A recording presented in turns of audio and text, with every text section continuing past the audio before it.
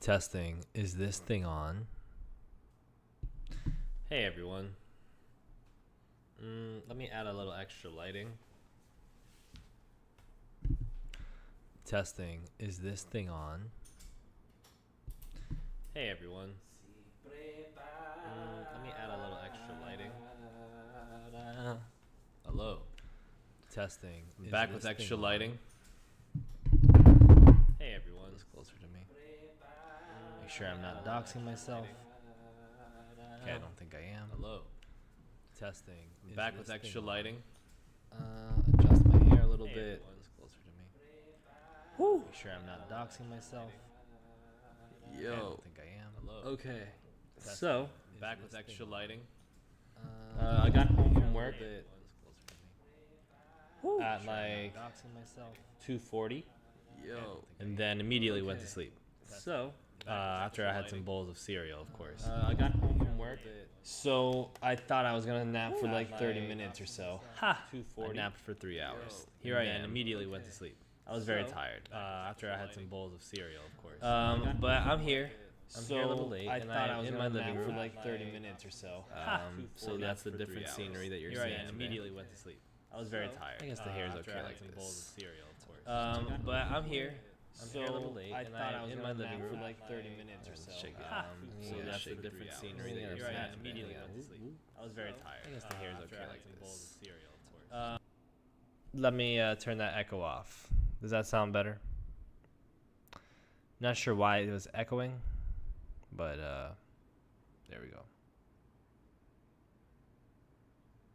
Check. Testing. See, there's gonna be technical difficulties like this, as I am set up in my living room. So hopefully that doesn't become the issue the whole time.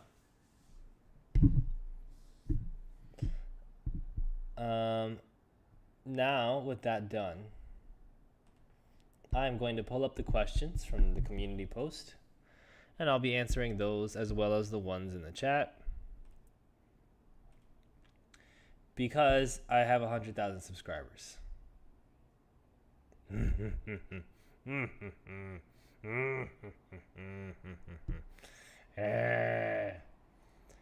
there's my evil laugh about 100,000 subscribers. Excellent. Show feed for 100K special? No. If someone donates 100,000, not 100,000. If someone donates $100, I will show my feed. Ko-Fi link is in the description. The choice is yours. Let's do... Oop, wrong screen.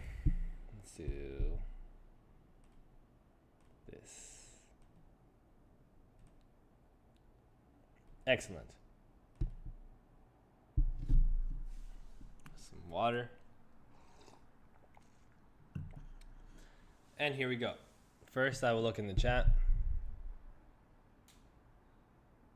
Loop is back.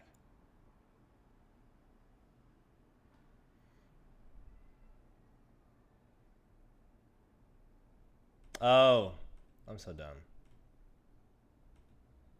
Is it better now?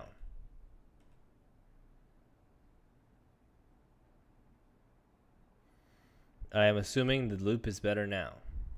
And also I left that there. Oopsie doopsie. This is one of those days that I gotta be very careful. And I'm not being very careful. Everything is going extremely well. All right. Okay. Hello.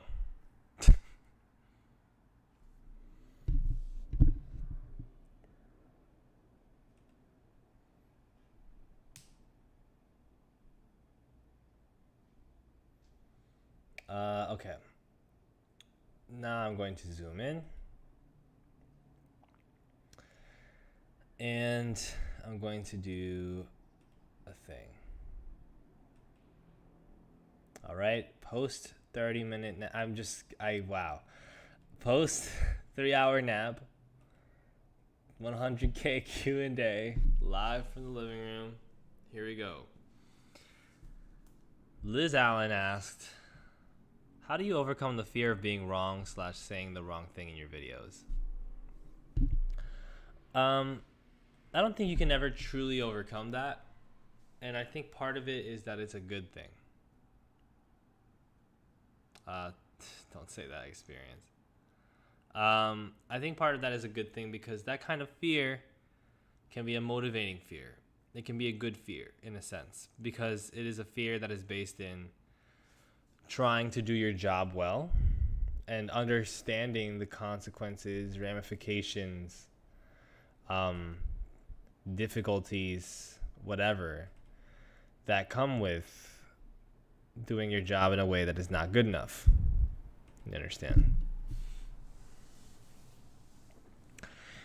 So, that being said,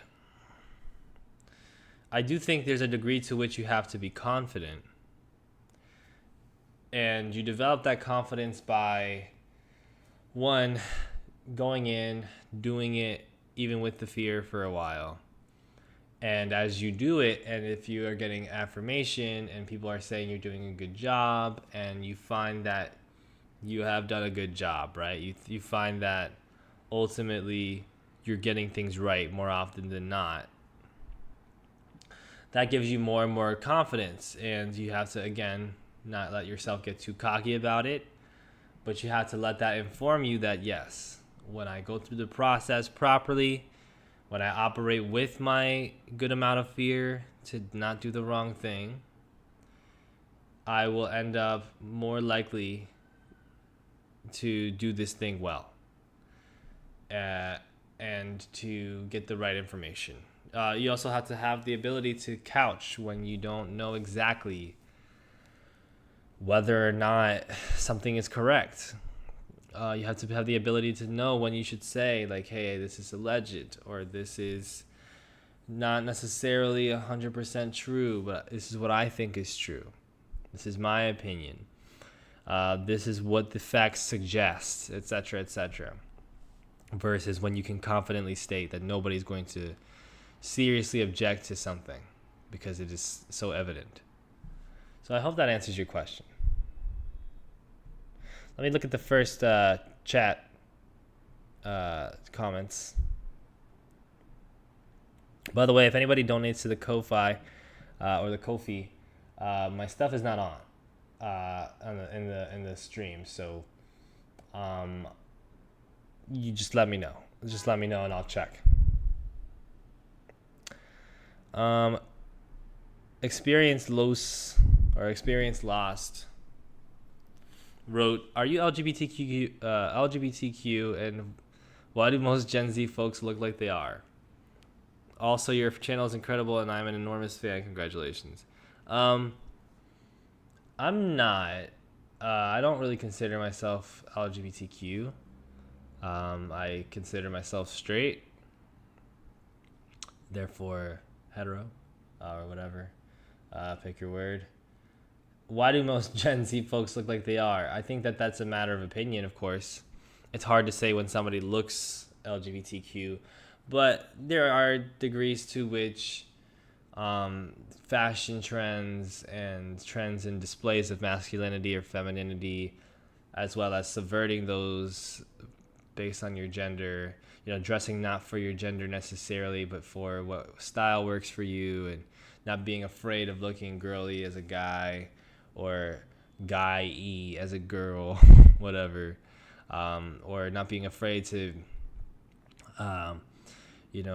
being less afraid to identify as non-binary in some people's cases, and to sort of dress to different genders. I mean, these are things like dress for different, like, sort of styles that are considered gendered in a certain way. These things are popular among Gen Z people, maybe because of they're being brought to more attention and more acceptance through the internet, etc., etc. I hope that answers your question. By the way, Moni Muppet, thank you, and Freddie Gormack Smith in the chat, thank you for becoming members. Feel free to flex your 4 cool emojis. Show us those cool emojis that you got in the chat. Freddie was saying that they're going to join after class. So, and thank you all for the compliments and the congratulations. It means so much. Fancy, yeah, I'm doing my best. It's pretty funny. It's pretty crazy. What's up, Nublet? Am I familiar with the Seriously Wrong podcast? No, Nelson. Tara, thank you so much. Ashley Tara. Also, is there hope for the left? I have become black-pilled since AOC became another establishment Democrat. Yes. You have to have hope. If you don't have hope, there's no reason to really be out here doing stuff. You might as well just accept that everything is what it is and become, a conservative or something. We have hope because we believe that humans can change. We believe that every day policy changes. We believe that every day people get together and do these movements and fight for these movements that are very important. And because of those things, we should have hope. It is logical to have hope, one may say. And it also is illogical to try to become something of an activist in some way or try to have some type of praxis without hope.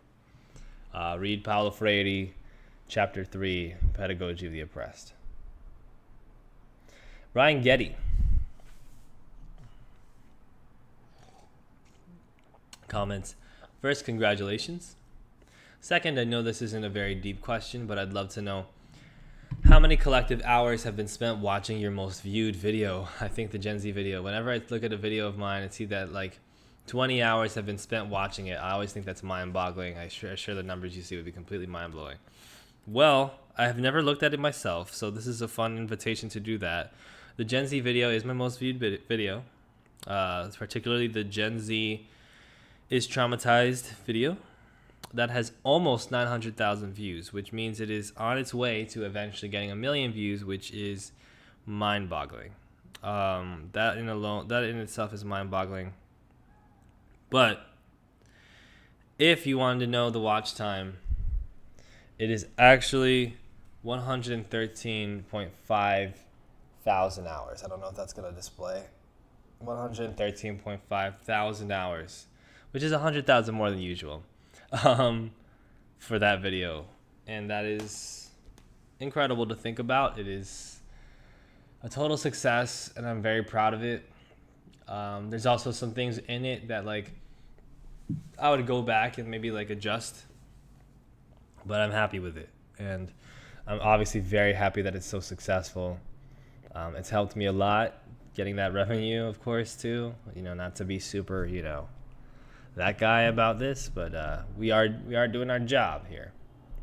But it's just wow. It's just mind-boggling. Also, yes, what Nublet says is true and denies affirmation. Hello to deny. Speaking of deny, Sailor Psyop. Let me just check this. Yes. Sailor Psyop says, great name. Congratulations to you and Deny. All the power to you both, and I hope this video essay Journey and Beyond treats you both well. Very thank you. Much happy. I'm very sleepy. Thank you so much. My questions, feel free to pick whichever one works. How has your writing process changed over the years? How has your relationship with social media changed over the years? How have your relationship with yourself changed over the years? Or can you substitute over the years with since the Baby Gang days? Okay, so we got an OG Baby Gang in Sailor Psyop.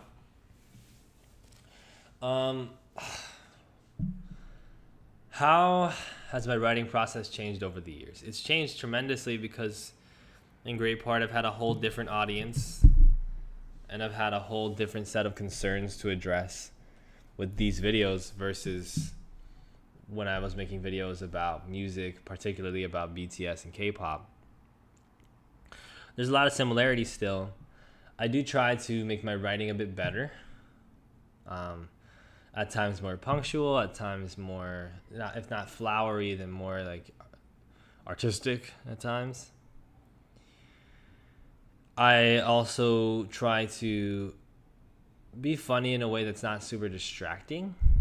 I'll try not to be distracting in terms of like bringing so much attention to myself, which I think I can stand to do that a little bit more, actually, because I can sometimes treat it way too like dryly.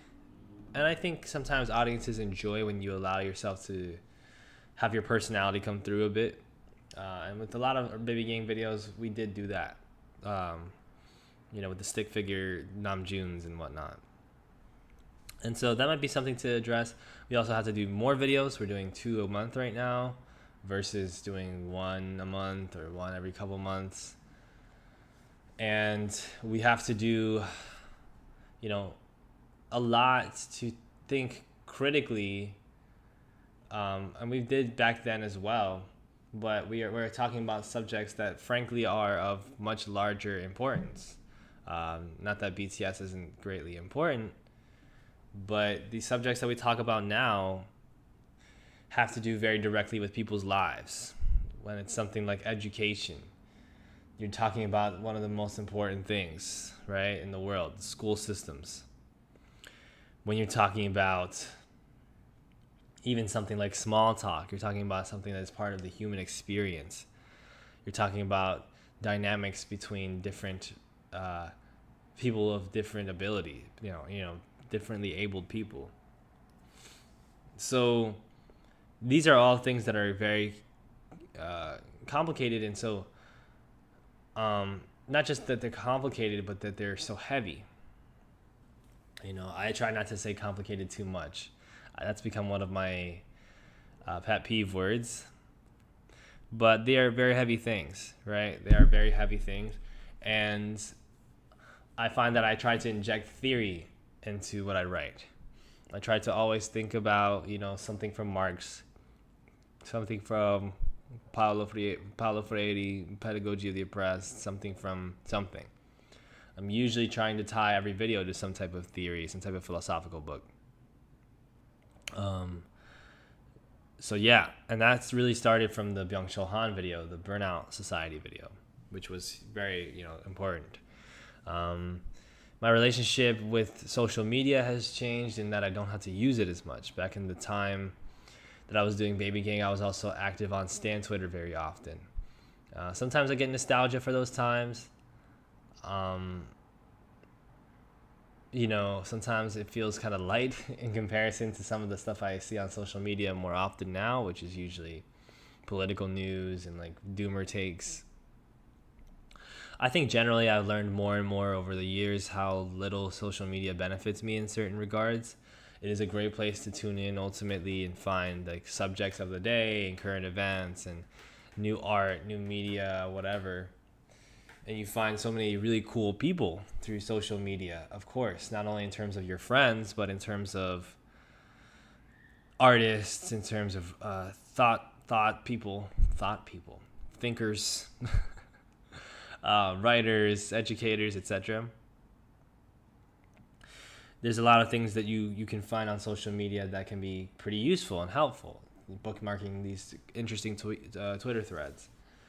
But a lot of that time that you spend on there, you're not really finding anything of value. You're just kind of digging for what they say, dopamine. You're digging for stuff to stick out in the front of your brain. And so that's something that I'm trying more and more to be more proactive about avoiding. Whether it's trying to use Reddit less, trying to use Twitter less. I'm on Instagram in a fair amount.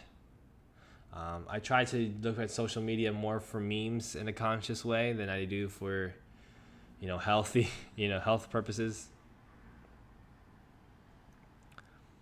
And yeah, the last part of that is my relationship with myself, how that's changing over the years. I'm growing my hair out and again, and doing it differently. This time I'm growing the back out as well. People seem to like it. But in a more serious note, my relationship with myself has changed a lot.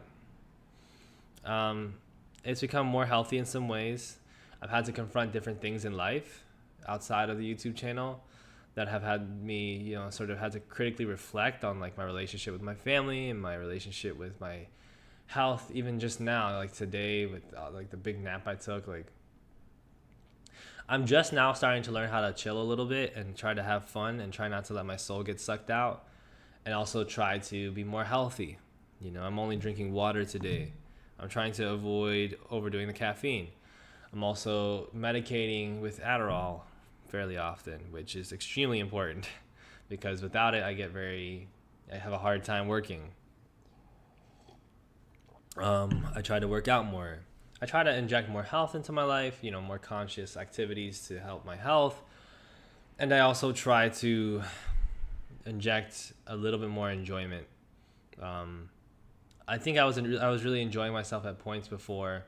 I did have to have a period of time though where I had to take things very seriously, and that's kind of been my path for the past 2 years, year and a half. Really the past, I would say year and a half, because that's when I really started getting serious about this channel, and I had confronted a lot of things with my YouTube channel. Not really my YouTube channel, but in life, in terms of like needing to make money basically, and needing to be serious about getting my work done, doing a career and stuff. And when you're seeing that, you know, it changes your relationship with YouTube, where it's like it's no longer about like, hey, maybe I'll mess around, try to get a video out here and try to make something cool here, and I'm not super worried about who's viewing it or how it looks, to, oh, I need a system so I can get these out regularly. And I need to think about thumbnails, and I need to think about topics and titles that people are going to want to watch, and then I need to make sure that this video is efficient in some way, that it's not like it's fun to watch in a more, you know, mainstream way. So these are the considerations that I had to make with the channel, and they all come back to also considerations I've had to make in life about taking these things seriously. And that has been very important, but also something that maybe I can take a little too far at times. And I need to allow myself to, especially now that I've reached this number, I've proven to myself and to the world that I am of great import, that I can do this, and that I have viewers and subscribers. Now that I've done that, I can take a step back and say, hey, you can chill a little bit.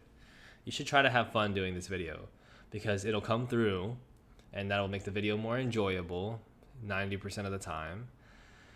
But also, you're gonna drive yourself off the wall. You know, you're going to go run into a wall super hard and burn out super hard and stress out and then pass out, and then it's not gonna work, especially with the other things you're balancing in life, you know.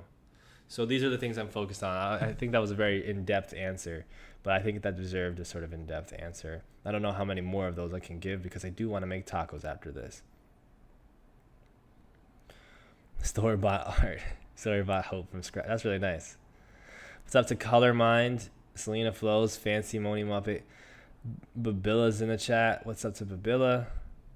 Who, I think I forgot to get you that audio, Babilla, so let me do that after this as well.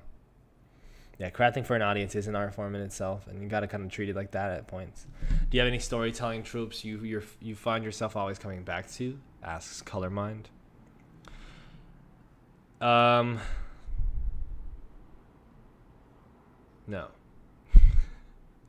Well, I mean, I really like, I don't read fiction much. I like nonfiction, and there's a lot of storytelling in nonfiction. I've always enjoyed a nice in-depth article about a business going off the rails because of how pernicious it is behind the scenes, because of venture capital and all these things. I enjoy those, like behind why business went bad. The funny is kept. Deny tries to keep the funny as much as possible. Babilla, thank you so much for that kind comment. Natalie, Nat, Bob, love you. Addy gang indeed.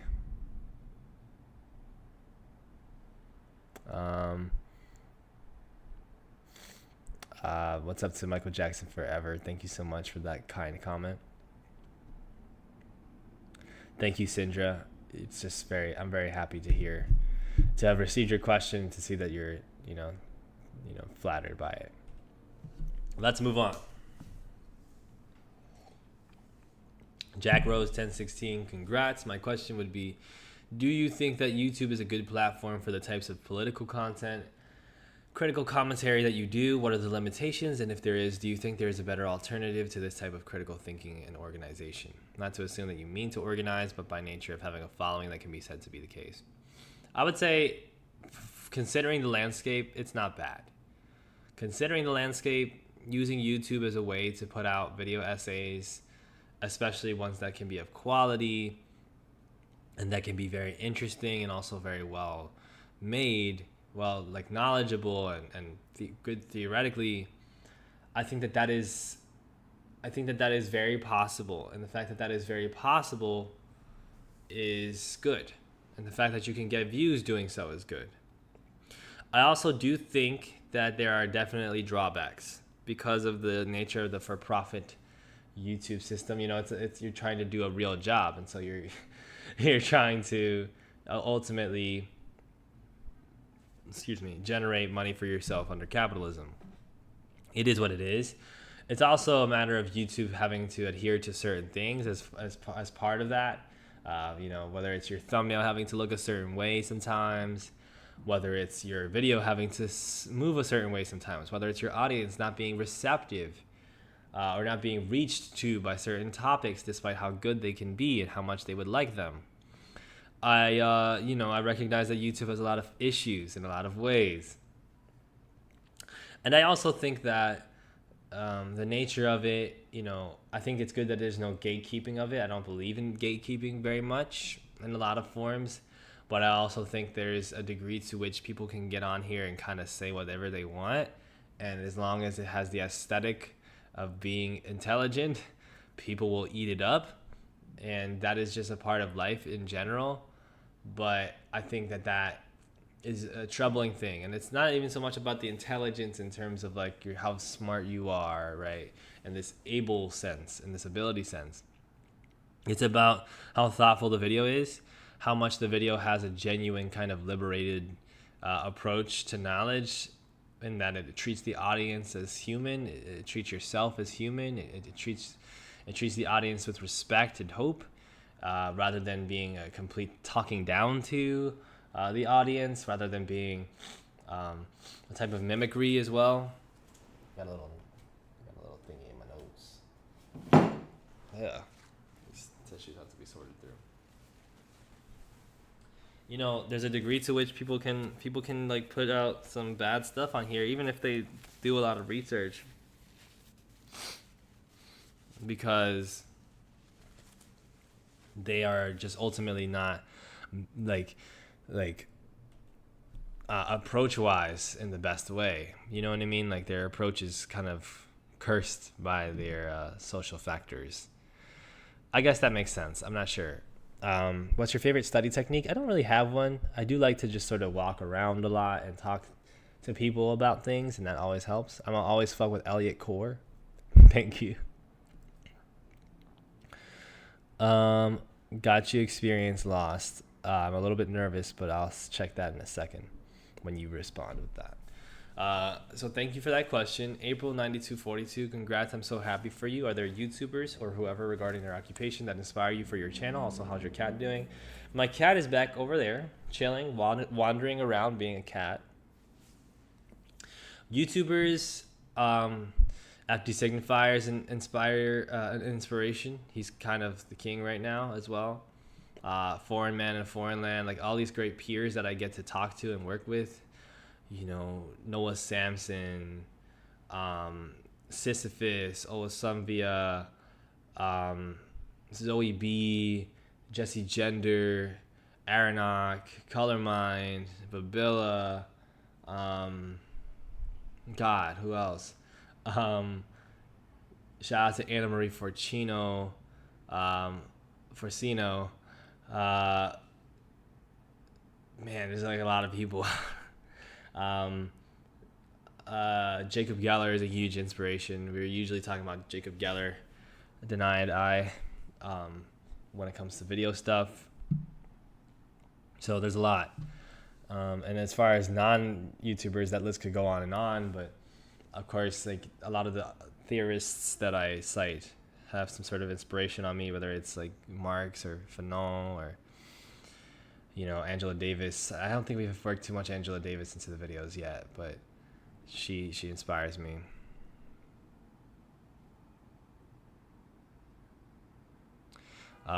Experience losses, requesting for me to go beyond commentary.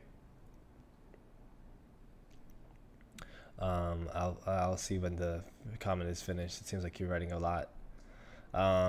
Jesus Mofo, can you talk a bit about the spiritual practices you regularly engage in, spiritual experiences you've had, spiritual guidance you've received, how it has shaped and influenced your life, etc.? For me, I'm a Buddhist, and I don't necessarily see it as spiritual or non-spiritual. I see it as sort of wisdom, and it is wisdom that can have a spiritual form or a non-spiritual form. And depending on the day, I may take in the spiritual form and I may not. I think that there's a degree to which, when it comes back to you having a type of faith or a type of feeling of a connectivity with others, we can talk about this as spiritual, but I also think that it has grounding in the material. It has grounding in the scientific. And the spiritual is just offering a different way to conceptualize it that is comforting to the human soul, that allows the human experience to be more defined, like more definitive, more open to interpretation, but also more able to sort of wrestle with into a narrative. So there's that. I haven't had much in terms of spiritual experiences or spiritual guidance, but Buddhism has definitely shaped my life a ton. I've had friends who I talk to about spiritualism and their spiritual experiences, and that can often be a very warm experience for me too. And I really treasure that. Excellent. I think this is one of the fundamental limits of our current technological organizing infrastructure, that we spend so much time producing and consuming commentary without it translating into coordinated, organized, direct calls to action. I would love for you to use your platform to advocate for specific causes, political candidates, social movements, and even nonprofits and companies to support. I wish other left commentators would do this. I know your content goes beyond politics. This is my area of interest, but instead they become content creators who are algorithmically driven to regularly produce entertaining content for their viewers instead of using their platforms to ask more of their audience. I want y'all to build networks and coalitions which are serious about amassing power instead of seeing yourselves as media personalities or celebrities. The fact that you have 100,000 subscribers and many more who have come across your channel means that you have an enormous amount of power. Please wield it. Anyway, thanks for entertaining my stupid previous questions. I'm very honored. I do have intentions, and frankly, I am doing things outside of the realm of just doing YouTube commentary. My time is often taken up by my job, and I try to, it's an education job, which I try to sort of inject some of this worldview into in terms of how I approach it and try to help students. I also have tried to, or looked into getting involved into different political things. I think that it's okay if people want to be content creators and they don't really know what else to do outside of that. I do think when you're a political content creator, especially on the left, when you can get involved with organizing, you should. But I also understand the reticence too. And I also think a lot of the times, frankly, it's rough out here.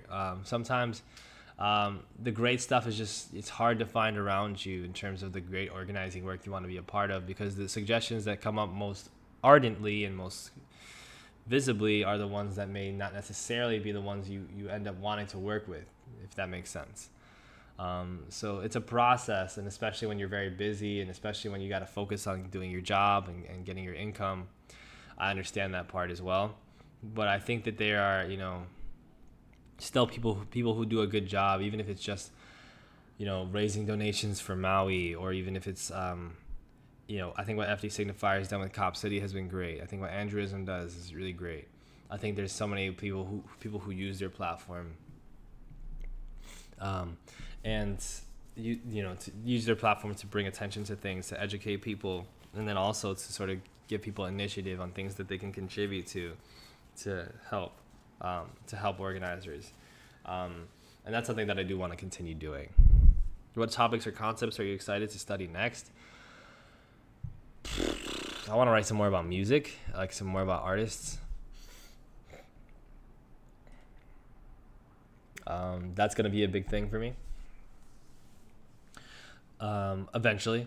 Sylvie 8021, hey, your work is important. Keep doing what you're doing and good luck. Also the questions, what did you study at undergrad and what has been your experience with education from the start? Oh boy.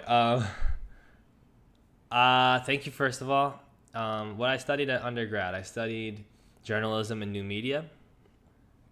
My experience with education since I was very young has been a rough one.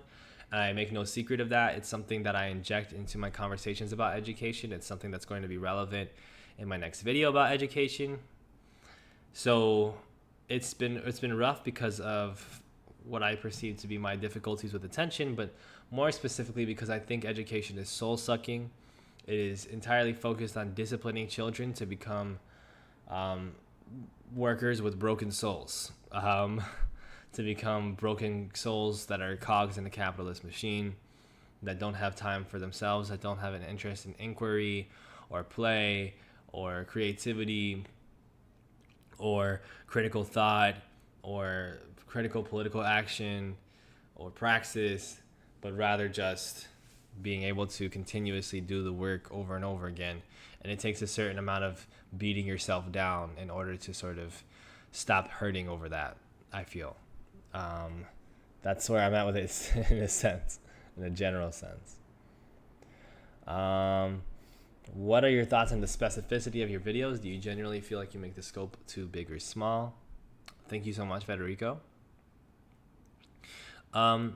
Sometimes I feel like they're not specific enough, and I think it is good to have a specific hook of your video and to lean into the specificity, because when you have a specific topic, you can then expound and make the larger point, whereas when you pick a larger point, it can be really hard to say anything succinct that really sticks with people and that really also expands into new territory. You know, if I were to make a video about depression, that would be very challenging for me to add something to the situation there, right? In terms of how much great work artistically and educationally and whatever there has been about depression.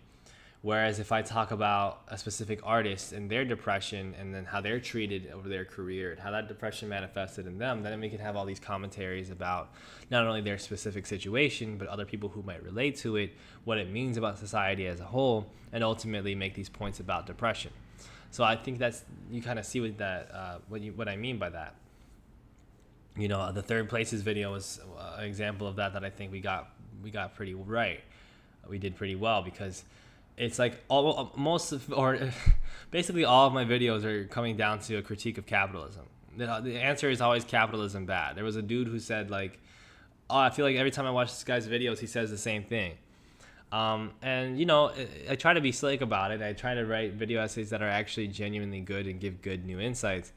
But ultimately, yeah, if you want to look at it a certain way, I am basically saying similar things, the same things. I'm studying different ways that capitalism is bad and affects people.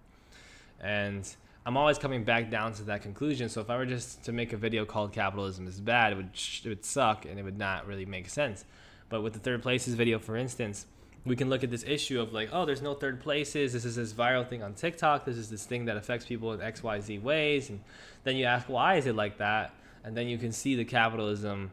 You can see how capitalism orchestrates behind that, how the motion of capital allows for the money, capital to be poured into specific projects, not only in terms of physical space, but in terms of the way we intellectualize that space, the way we view that space, to where it's now all the money getting invested into baseball stadiums and fancy cafes and restaurants.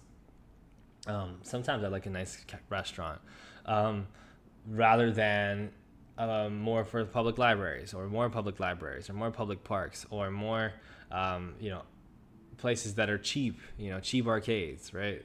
Or more, third place gathering spaces. And all these things come back to capitalism, and you'd be foolish, let's say, to not see that. I think that is my polemic, is that you gotta be missing the point if you don't see how all these things that you look at that are negative and that are in these different directions, yes, they have unique colors and characters and have all these different historical connections that sometimes date far before capitalism, but ultimately it all comes down to capitalism, because that's how everything's organized, and the way things are organized affects the way things are, I would hope, or I would think. So Thank you for the question. Starry Snails, if you were a cartoon, which outfit would you always be drawn wearing? I would always be drawn wearing a big black t-shirt and very, very wide pants of a certain color, probably navy, because I have this one pair of navy wide cut pants that are cut off at the ankle. I wear that a lot, or a tank top with those big wide pants. Just something with the big wide pants. Probably even super exaggerated, so it looks like I'm wearing parachute pants that cut off at the ankles, like flare out. 2 questions I love to ask people. What is an indulgent thing you would do if you were stupid rich? Okay, hear me out way. The correct answer to that is I would donate it. I would donate 90% of it.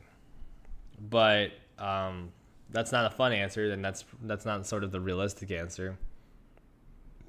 If I had a wild amount of money, I would buy a lot of vintage couture fashion. I would fly a lot. I would buy a lot of undercover pieces. Yeah, a lot of vintage undercover. That's one thing. If you lived in a giant house where you were cat-sized, would you also sleep in many assorted comfortable places like a cat, or would you just stick with one? No, I would be the cat for sure. I already sleep in different assorted comfortable places that I can create. So I would definitely be like living that up if I was a cat. Whenever I see her and she's found a new place to burrow and sleep, I'm like, she just like me for real. Thank you so much for the congratulations. How do you deal, 2040 she. How do you deal with the crushing psychological weight of living in post-capitalist society while seeing all its flaws and the suffering it has caused? Therapy? No, it's obviously bigger than just therapy, right? It's a thing where I think to answer in a succinct way, you can't let your spirit be taken. Because as I mentioned before, for instance, the goal of the educational system is to crush your spirit so that you can become not even a good worker, but a worker that generates as much capital as possible, or that is as little of a threat to the capitalist system as possible. So you have to let your spirit out, and you can do that by continually rejecting these sorts of things that people see as normal that ultimately crush your spirit, whether it is to get like sort of a normal job that you don't want, or to do the job that you do want in a specific way rather than in the way that you think is most liberating and most impactful. Do you have any advice for fellow ADHDers who don't have access to medication? If you can't get access to medication or you don't want to have access to medication, one thing you can do is meditation, genuinely, but also remove as many distractions as possible. You may benefit from just not being on social media, frankly. Just not being on social media. Maybe have a social media day of the week. If video games are your thing, maybe pin the video games to one specific day of the week. Exercise regularly as well. I know it sounds like all the cheesy stuff, exercise regularly, get up early, all these things. It's real.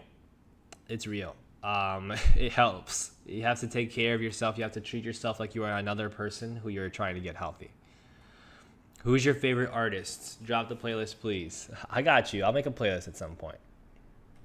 I like making music recommendations. Thank you so much, Freddie, and thank you so much for being a member. Homemade pigments. Oh, I don't know what that means. Does YouTube count as social media or educational content for you? It can be many different things, and I do have to be careful of like making sure that I do it, use it the way that I need to in the moment.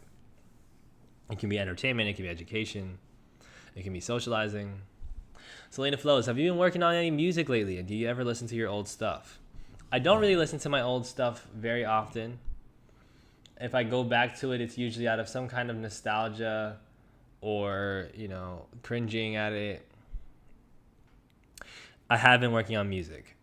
I've been writing. I will maybe have a song out by the end of the year. But don't hold me to that. Know that, however, there will be music at the very least by next summer. What's the best concert/show you've ever been to? I went to this awesome Omar Apollo concert. He was really good. I went to see Bad Bunny in Yankee Stadium. That was pretty good. Yeah. Congrats. Oh, and I saw BTS in LA. I mean, it's hard to beat that. It's hard to beat BTS in LA. Even though SoFi was a mess and I wasn't enjoying my stay there very much, but BTS is BTS. Congrats. How do you do your research? Like, what's your usual algorithm for it? As far as my approach, I do research by talking to people if I don't know where to go. Trying to build off of their sources, try to consult with somebody who knows.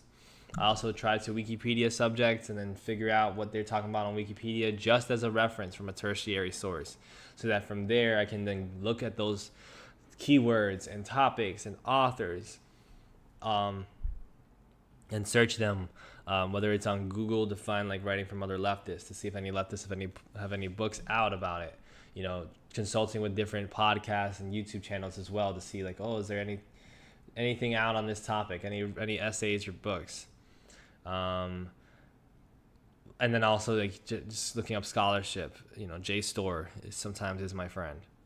Let's go, Army.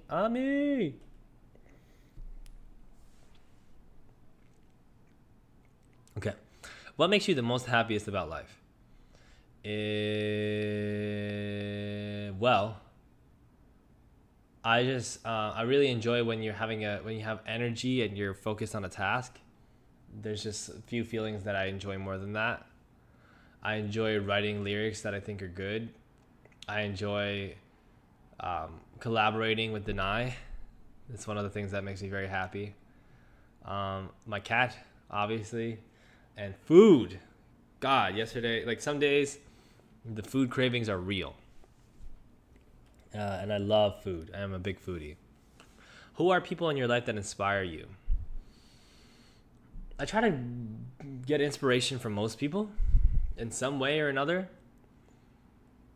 I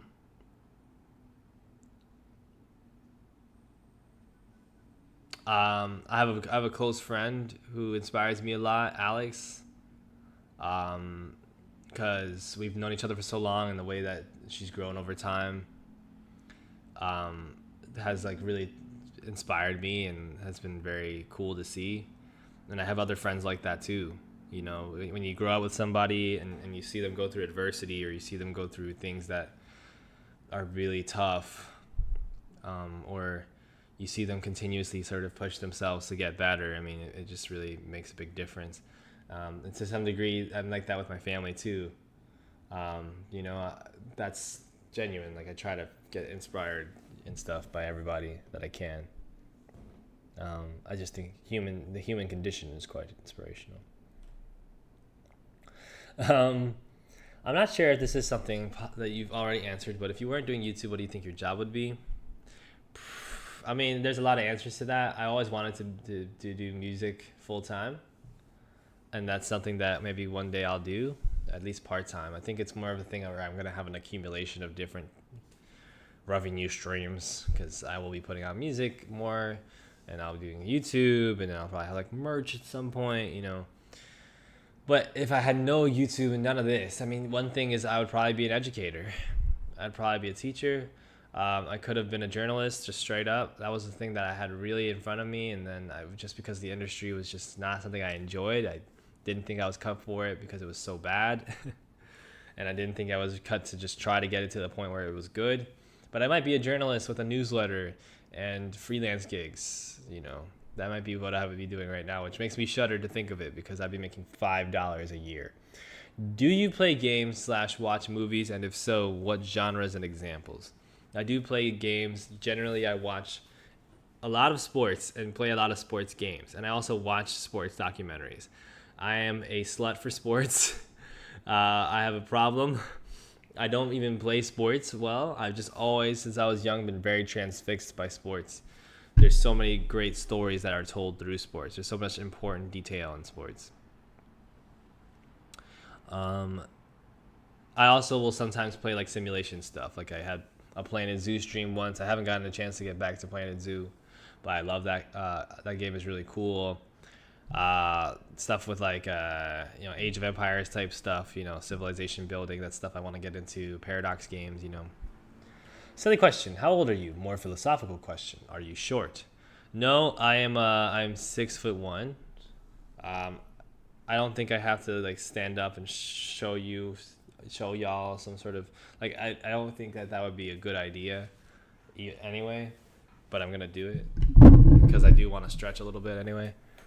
Yeah, if I stand up, I am fairly tall.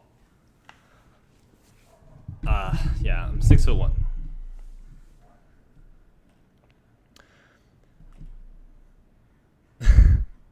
Somewhere in between y'all. What's your favorite food? That is a tough question. I will always answer this differently, but I think tacos is in there. Tacos are in there, sorry. Tacos.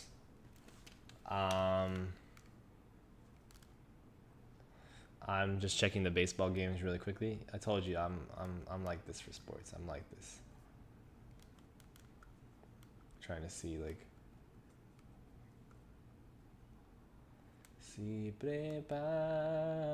okay. Tacos al pastor, let's say. I'm thinking about becoming a YouTuber one day. So I gotta ask, how do you start out as a creator, and is there any advice you have for new creators? Well, I started very, very long ago, technically. Back in the day. I was like 12 when I first made like a YouTube video. My advice is just generally think about whether you're doing this for fun or are you doing this to get viewers. I think in general, we want to get viewers one way or the other, but your amount of seriousness about it and your amount of like reliance on it as potentially a source of income or whatever, a career thing, will dictate how much you want to think about titles and thumbnails, how much you want to think about sort of copying other people's video styles to use in your own. Great artists steal, right? You want to make videos like me, fucking look at my videos and be like, oh, I can do this, I can do this, I can do this, I can do this.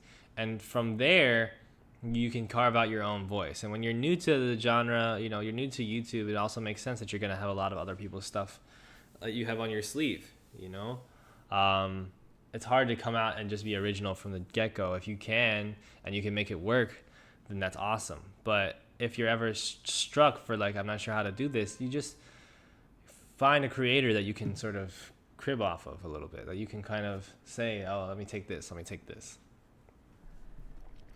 In Anubis, I'd love to hear Elliot's synopsis of F1. I have never watched F1, but that'd be interesting to watch. Congratulations, just going to ramble some queries. Hope one catches your eye. Appropriate punishment for criminals. Do you think anyone can be reformed? Do you believe the death sentence can be justified? I don't believe in the death sentence. I think appropriate is relative to the social fabric. I think in the fabric that we have right now, we can get rid of the death sentence and start working on being more conscious about reducing sentences, particularly in cases of people who have some kind of who haven't done that much crime, who haven't done crime that is that bad. I don't think we can just launch ourselves into a full prison abolition. I don't think any genuine abolition scholar would really advise that. But the prison system is very bad, and the carceral system is incredibly destructive. It doesn't exist in a bubble either. It exists under capitalism, and exists under capitalism for a reason. So there's that. Do you think 18 is a good age to be considered an adult? Or is it fair to tell a teen they need to decide college or the rest of their life at such an age? It's not fair. What constitutes emotional maturity? What constitutes sound logic?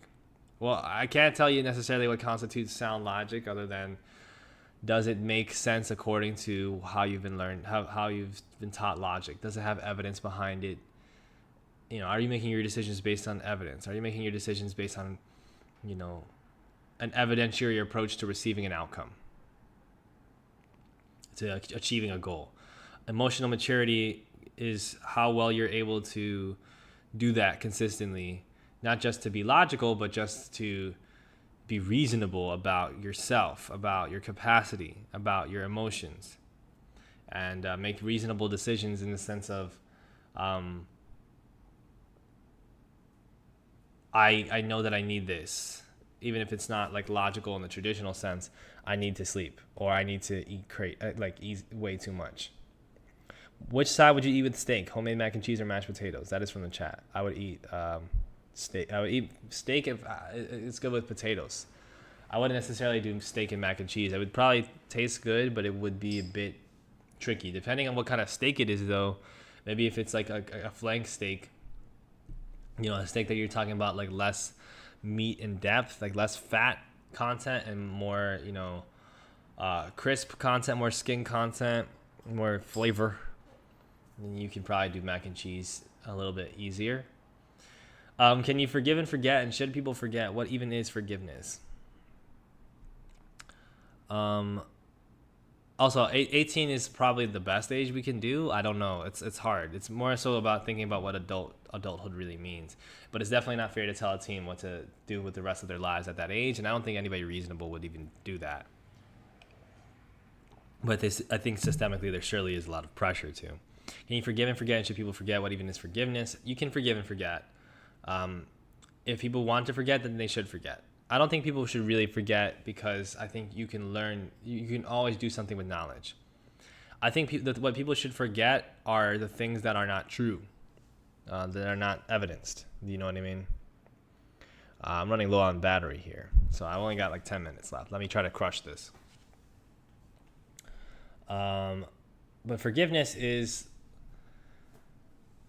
I'm not sure how to constitute forgiveness other than sort of the ability to allow somebody, the ability to move on from somebody's hurting you, for instance, or from something, some sort of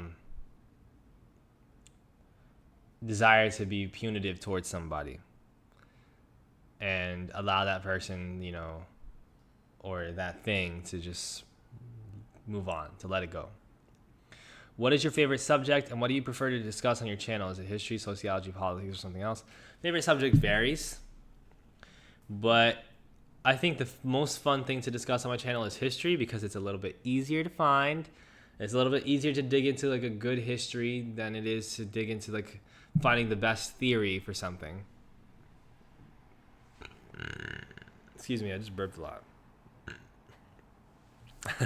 So I'd say history. What are your favorite albums? Off the top of my head, I'm going with Lupe Fiasco's The Cool, all-timer for me. Frank Ocean's Blonde, all-timer for me. And give me, I don't want to give a basic answer, but I don't know. Give me Nirvana, Nevermind. Basic answer. You seem pretty young. How did you come across your political philosophy?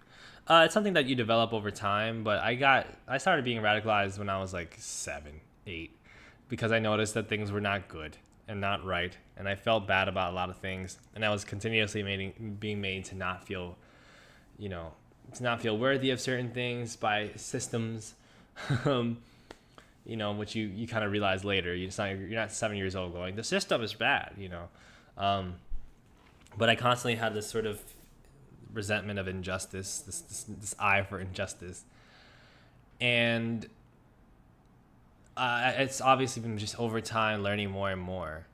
Right now, just reading theory, reading Marx is what kind of develops the philosophy that I kind of approach things with now, as well as the life experience I have since then, but still at that time and still to this day. Big moment. Thank you, Eliza. Do you put the toilet paper on the dispenser with the paper going over or under? I do over. You want to pull it from the front. You don't want to pull it from the back necessarily. It's easier for it to get caught. How long did you have to upload consistently to gain a following? Thank you, Film Fatales. How long did I have to upload consistently to gain a following? Frankly, I was fortunate in that, for one, I had a bit of a following back from my baby gang days, so that allowed me to have a cushion through which I could work here a little bit. But as soon as also I started uploading consistently, and I decided I'm gonna upload consistently, the first video did very well. It was the wife guys video, and then it was like, oh well, I was already deciding I'm gonna upload every week, so let me come back next week. What sauce are you going to eat your play button with? Hello, Costanza. I will eat my play button with vodka sauce. Spicy though, spicy vodka sauce. Why are you so absolutely based and hot? Also, congrats on 100K. I can't wait till 1 million. I don't know about 1 million. We'll see. Thank you for the compliment. That's very kind of you. Oatmeal raisin or chocolate chip cookies? You must choose, pick a side. I refuse to choose, but if I had to, it would be chocolate chip. I love oatmeal raisin cookies. I love them, but I can have oatmeal with raisins in it. I cannot replicate the chocolate chip cookie experience in any other dish. If money wasn't an issue, what's something you'd do for your family and something you'd do for yourself? I think I kind of went over that essentially. What's something I would do for my family? I'd probably make my mom retire. What's your take on Slavoj Žižek? I don't know too much about him, but sometimes he has these takes that I find precarious or curious or strange. I haven't dug into his stuff much, but maybe one day I'll have a take on him that's more robust. Favorite type of tea? Boba. I love a good passion fruit green tea or a good brown sugar milk tea in terms of boba. In terms of the tea itself, like the form of the Camellia sinensis that I prefer, I would go green. Why'd you start YouTube? Who are your biggest inspirations? I went over inspirations, but started YouTube because I watched YouTube. You know, even back in the day, I was into like Kev Jumba and stuff. Like when I was like 11, 12 years old, I always had a thought about like doing YouTube and watching. I've been watching YouTube since I was quite young, since I was like at that age. So I saw what these creators were doing and how they were building these careers for themselves, and didn't have to have so much of a filter. They could just turn their camera on. You know, I still think that that's a remarkable thing. Where have you traveled? I've gone to Toronto this summer. I've gone to Mexico this summer as well. Cabo, Mexico's a huge place. I went to Los Cabos. Went to Cabo, which is gorgeous.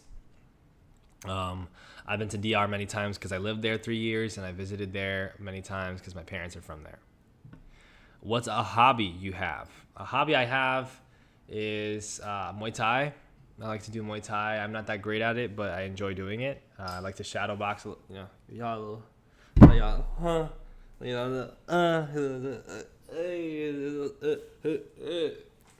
If you don't mind, I'm curious, what happened to Paper Plane Baby Gang? Also, congrats. I'm glad to see you make it so far. It's honestly so inspiring. Thank you so much. Paper Plane Baby Gang was just, I took it in different directions, and once it really took its form as this YouTube channel sort of about BTS, I kind of let it just be that. And then when I decided I wanted to move on from that, I decided, that I was going to move on, and that eventually sort of meant me moving on from Baby Gang. But Baby Gang is never dead. Baby Gang is always alive. Do you like punk music? I don't know these artists that you name, but I do like punk music. I know Bad Brains, Black Flag, The Clash. What's your opinion on anarchist movement and philosophy? Generally, I like anarchism a lot. Is what I'll say. Particularly when we're talking about anarcho-communism, anarcho-socialism, right? If it's not communist, it's not really anarchy, right? How do you feel about life in general, or how thoughtful, or did it come naturally? Was it something you had to nurture? How are you this thoughtful, right? I'm thoughtful because I'm neurotic, and because I have a lot of practice in learning how to be thoughtful, not only as a journalist, but also in terms of approaching life a certain way with philosophy and Buddhism and reading about life. But I like life in general. Sometimes it's very hard, but overall, I like it a lot. Any advice to start a YouTube channel? I want to start one, but I'm very young, only 15, please. I sort of made some comments about that earlier. If you're only 15, take your time. Take your time and try to make the best videos you can.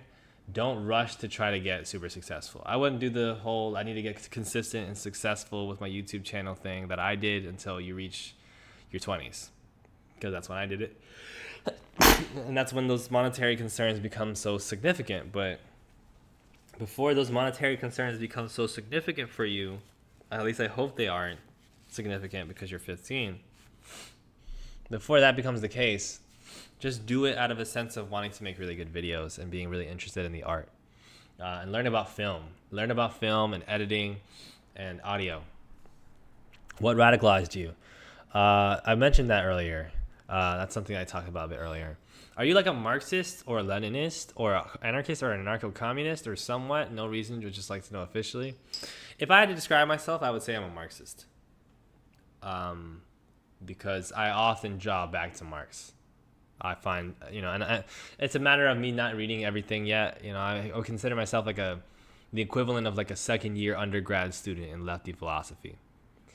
But with that said, I've done some reading of Marx, and I find Marx not only just because it's like that's what I've read and that's the good stuff, according to other people, but like Marx's analyses they just hold extremely true for me. They just have the kind of dialectical thing that synthesizes these different elements of seeming contradictions as being sort of proof of of a larger thing, and building these larger definitions out of them, right? And when you understand like how much capitalism is involved in everything, how everything comes back down to capitalism, I think that's an example of that. And that's what Marx's analysis sort of provides you, is just seeing like, oh my God, it comes down to me. Like I'm like this because this is how capitalists want me to be, etc. Finally, what's an opinion you have that's unpopular with left-wing people?